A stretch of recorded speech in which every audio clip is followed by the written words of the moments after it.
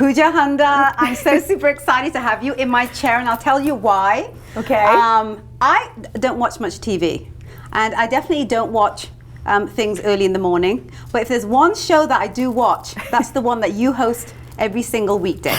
And the reason is that you've got just like this incredible burst of energy of anyone, you know, any time of the day, let alone those wee hours of the morning. Mm-hmm. So tell me how you actually get that hyped and psyched up in the morning. Like, is it caffeine? Is it a shot of whiskey? Like, what gets you there, girl? Well, girl, I can't even tell you about those things. But no, truthfully speaking, I don't even have coffee before the show because I have to wait till after the show to have my first coffee, because I have so much natural energy that if I had coffee before I got to work, I would literally start stuttering and I'd be like, so it's so good for you to be on the show. Oh my God, oh, shining lights. Like that's what happens to me if I have a coffee. So I'm actually trying my hardest in the morning to actually be calm. Really? That's me trying to be like, not over the top, bouncing off the walls. I don't know, it's like, it's in my Indian blood.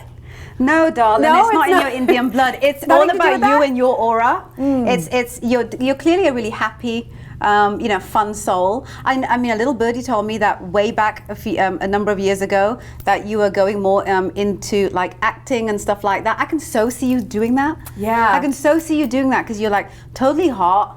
You've got this great energy about you as well, and keep going. I mean, stop. Yes, seriously though, like, I totally can see you doing that. Why did you decide to kind of, change your path from acting, which to me is like obvious, and go into this field, which again I didn't think would be an obvious one, but you own the morning show, girlfriend. Oh, thank you. Yeah. That makes you, my mom and dad, that's 3 people watching, and we are so happy. I don't think so, because I think that award that all the people voted on, and you got like personality that they love the most on TV, yes, says a lot about the fact that I'm not the only one that thinks that you're just fabulous to watch in the morning. You actually put a smile on my face. I'm going to come here, by the way, every week, because this is a feel-good seat. But yes, I just got the Top Choice Award for Best Female TV Personality, so I was very happy for that for 2015, which is great. And then, of course, the ANOKHI Award. I mean, hello. I mean, you've arrived when.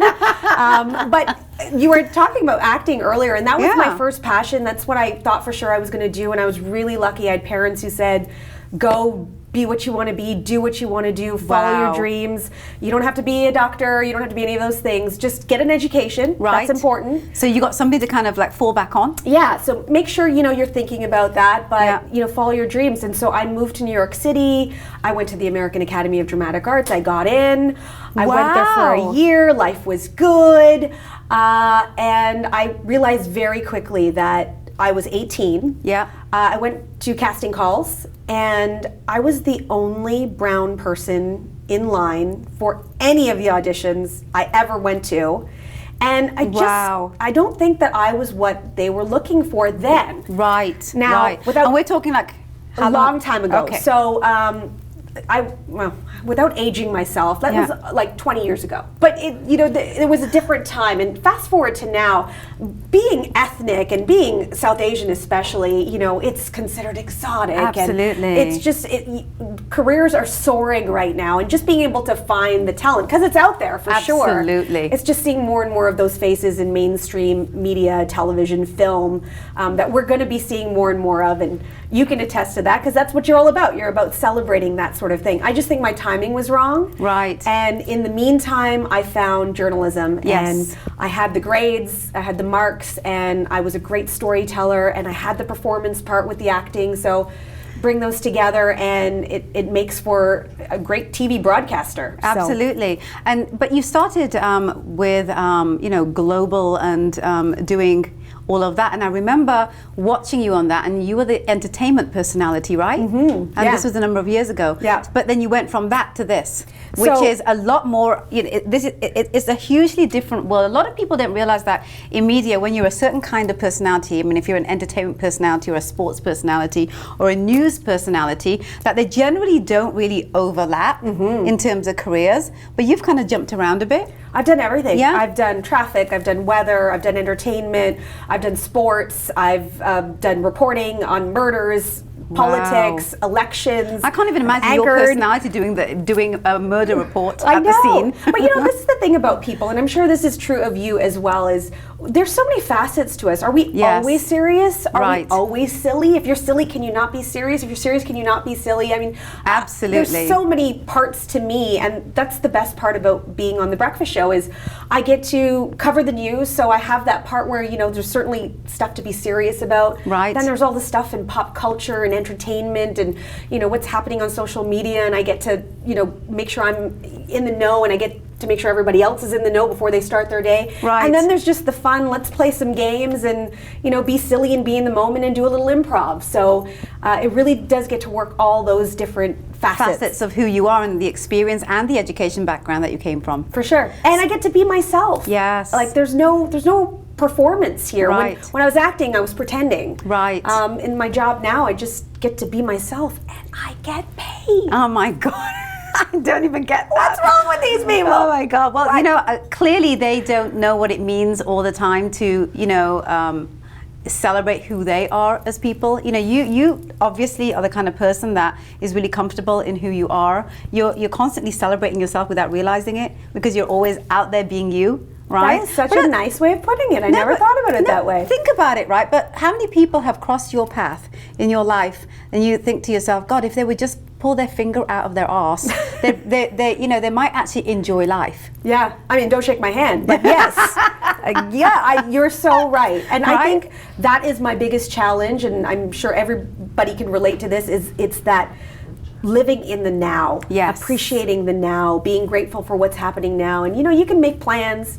What's the saying? Like, we make plans, God laughs. Yes. You read all sorts of plans. But I read that in your 4-page interview that we have in the ANOKHI list 2015. That, of course, you are one of the 32 people that made that list. I'm so honored. I don't know how I made it onto the list, but thank you to the Raj gods up there for looking down on me, shining bright, shining a spotlight, and I so appreciate it. You and I have known each other for years, yes, but really only recently got to talking and getting to know one another. Can you even get over that? I mean, we bumped into each other at different people's events and things, and like the whole hi-bye thing, and it blows me away that we've never actually had a conversation until maybe a few weeks ago. Yeah. Right?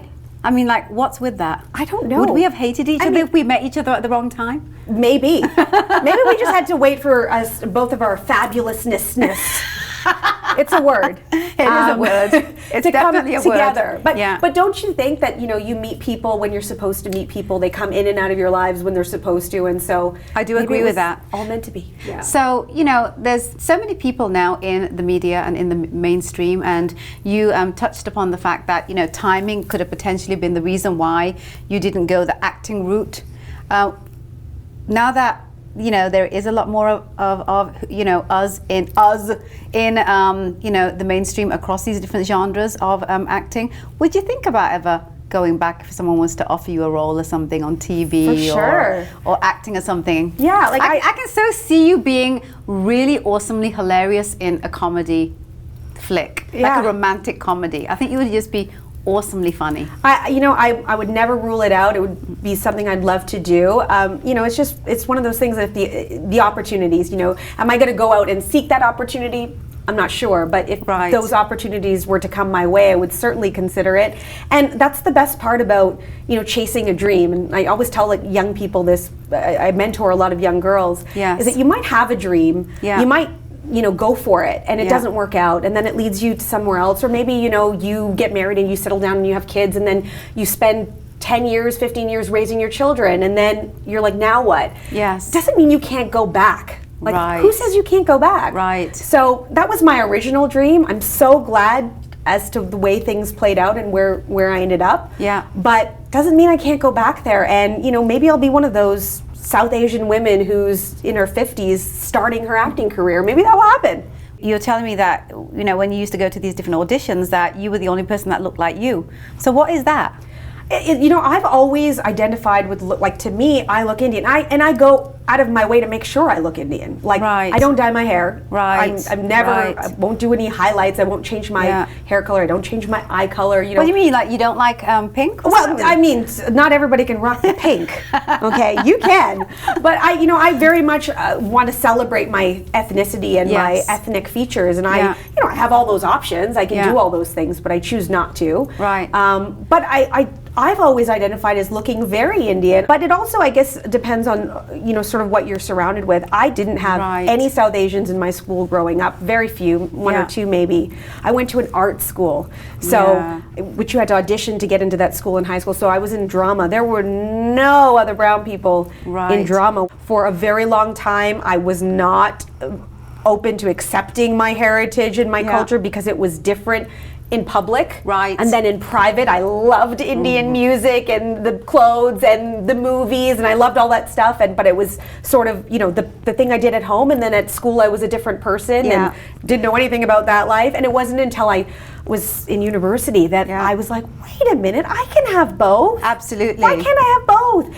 And the one that I was hiding at home is way cooler than that one. Absolutely. And so it took me a long time, but I have so much more of an appreciation. But I do often think that now we're seeing it more, which is great. Yes. And more people are saying, well, if she can do it, I can do it, which is wonderful. And I had a little bit of that growing up with Monica Diol and Suhana Marchand, a couple of examples. Even now, when you look at South Asians, in mainstream media, it's, are they in the background? Are they in starring roles? Are they, front and center? And, that's why I'm so grateful I get to be the host of the show. It's my show. Yeah. I mean, obviously we share the show with my other co-hosts, but you're in those roles. You clearly are a maverick, right? You're easily able to kind of pop in and out of different situations and understand how to make that your own. And I think it has a lot to do with the fact that you're a Piscean woman as well. Obviously. Right?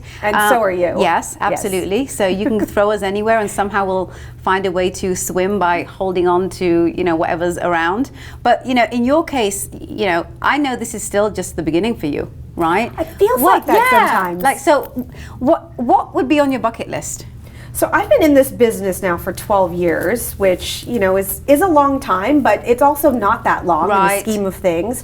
On the bucket list, I don't want to make too many plans because, as I mentioned, I just want to enjoy and appreciate what's before me and continue to meet people and see what doors open. But I'd love to write. I always thought, I'd love to sit down one day and write a book because, girl, I got some stories. Oh my God, I got some stories for days.